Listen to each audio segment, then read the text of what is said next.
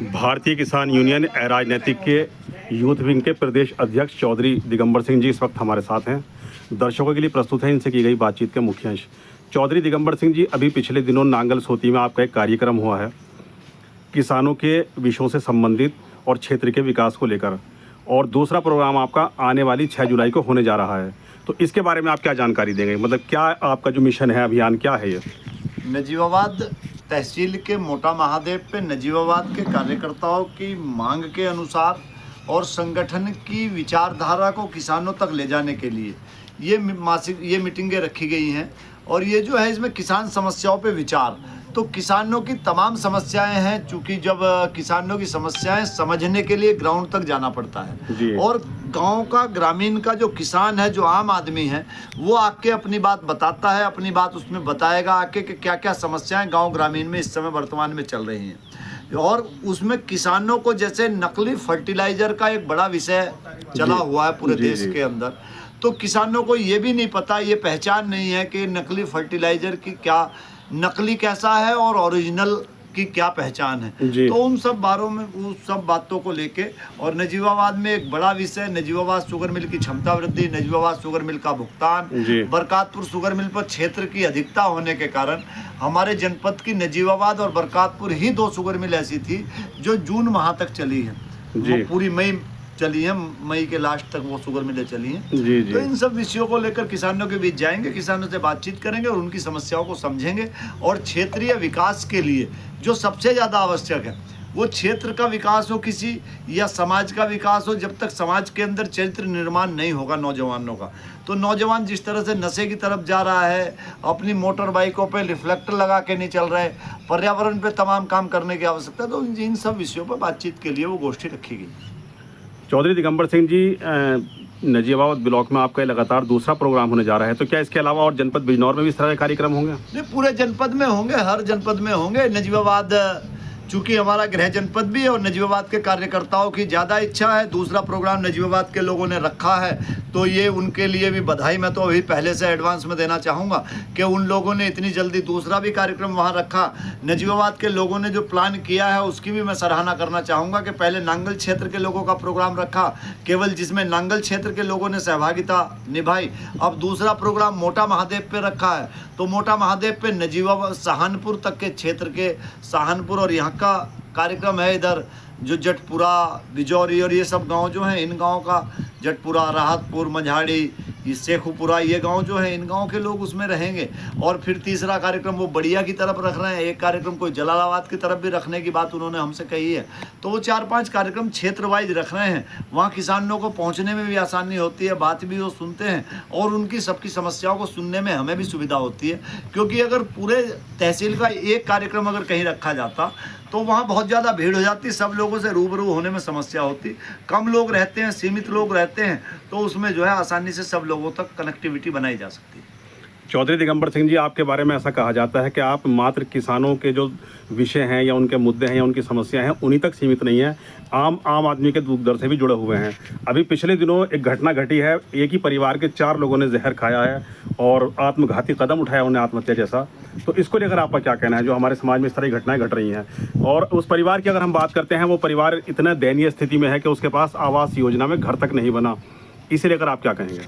इसको लेके मेरा स्पष्ट ये कहना है, मैं कल भी मीडिया में भी मैंने बयान दिया, कल भी जी, मेरा कहना ये है कि जो इस तरह के सूदखोर हैं जी, जो आरबीआई के रेगुलेशन का, रूल्स का फॉलो नहीं करते, उस पर प्रशासन शिकंजा कसे, 1 रुपए के 10 रुपए बनाने का काम जो लोग कर रहे हैं, तो वो प्रशासन देखे, शासन देखे। और मेरा आम जनमानस से भी ये कहना है कि आज जी, आधार कार्ड लेके आदमी घर से जाता है और उसे आधार कार्ड पे ही 50,000 रुपए का मोबाइल मिल जाता है, उसकी किस्त बन जाती है, वो किस्त उससे दी नहीं जाती। वो मोबाइल 20,000 का होगा, वो मोबाइल उसको 50,000 का दिया जाता है। बाइक की यही स्थिति है, केवल आधार कार्ड पे लोग कर्ज ले लेते हैं और देने वाले उनको दे देते हैं। देने वाले इसलिए दे देते हैं कि वो बाद में उससे किस्त जो है लगातार लेते रहते हैं, 1 के 10 लेते हैं। तो आम जनमानस से भी मेरा ये कहना है, परिवारों से अपने बच्चों का ध्यान रखना चाहिए लोगों को कि बच्चों की आवश्यकताओं की पूर्ति के लिए कर्ज ना लें। अगर आप कर्ज लोगे और आपकी गुंजाइश नहीं है, आपकी आमदनी कम है, आपने कर्ज ले लिया, तो फिर मौत के अलावा कोई रास्ता नहीं बचता। तो इसलिए पहली पुरानी कहावत थी कि कर्ज और मर्ज, जी ये दो चीज जितना बढ़ाओगे इनको उतना ज्यादा नुकसान होगा। तो कर्ज को बढ़ाना नहीं चाहिए, अपनी आवश्यकताएं अपने उस अनुसार रखनी चाहिए, जितनी हमारी आमदनी है उसके अनुसार हमें अपने खर्च करने चाहिए। खर्च लोगों ने जो ज़्यादा कर लिए, जो भोग विलास की आधुनिकता की तरफ हम सब लोग भाग रहे हैं और आसानी से हमको आधार कार्ड पे उपलब्ध हैं सारी चीज़ें, तो ऐसे लोगों से बचें जो आधार कार्ड पे भी लोन दे रहे हैं। अगर आप किसी बैंक से लोन लेने जाओगे तो बैंक वाले 10 चक्कर कटवाएंगे। बैंक वाले ये देखेंगे कि आप इसकी अदायगी कहाँ से करोगे, कैसे आप जमा करोगे इसको, तो वहाँ से लोन इतनी मुश्किल से मिलता है। और एक मात्र आधार कार्ड पे अगर आपको मोटरसाइकिल मिल रही है जी, तो उसमें ब्याज दर ज़्यादा होगी जो आप नहीं दे सकते हो और आपकी आमदनी उतनी नहीं है।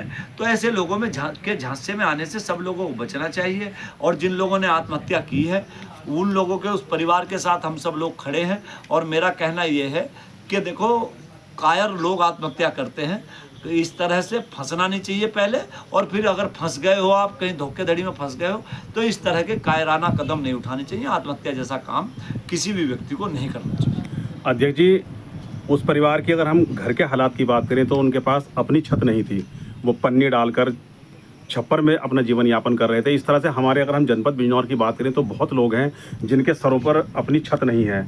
और एक आवास योजना चलती है जिसमें मकान बनाए जाने का दावा किया जाता है कि हम लोग जो आवासहीन लोग हैं उनको आवास दे रहे हैं। तो इसे लेकर आपका क्या कहना है?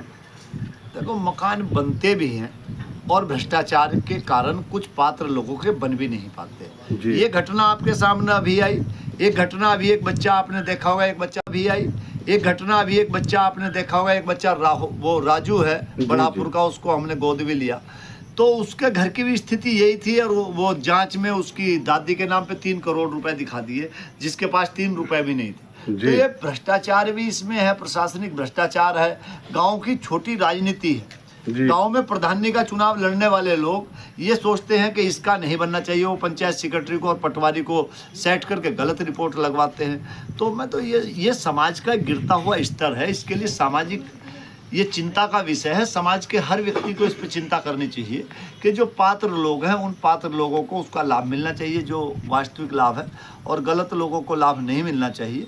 और ये भी एक दुर्भाग्य है कि जो गरीब है वो शिक्षा से भी दूर है, उसको शिक्षा नहीं मिली, उसको ये नहीं पता लगा कि अंत्योदय कार्ड बनना है तो कहाँ से बनवाया जाए। अंत्योदय कार्ड अगर किसी का बन जाए, किसी गरीब व्यक्ति का, तो उसको मकान भी मिल जाएगा, उसको 5 लाख रुपए तक का जो है इंश्योरेंस भी मिल जाएगा, आयुष्मान कार्ड भी उसको मिल जाएगा अगर उसका अंत्योदय कार्ड है तो, लाल कार्ड है तो इन सब चीज़ों की लेकिन जानकारी नहीं है। जो जानकारी देने वाले लोग हैं, जो जागरूक लोग हैं, वो कहीं ना कहीं किसी अपने लालच में उलझे हुए हैं। चौधरी दिगंबर सिंह जी, आपने एक बार फिर अपना बहुमूल्य समय दिया, इसके लिए आपका बहुत बहुत धन्यवाद, बहुत बहुत आभार।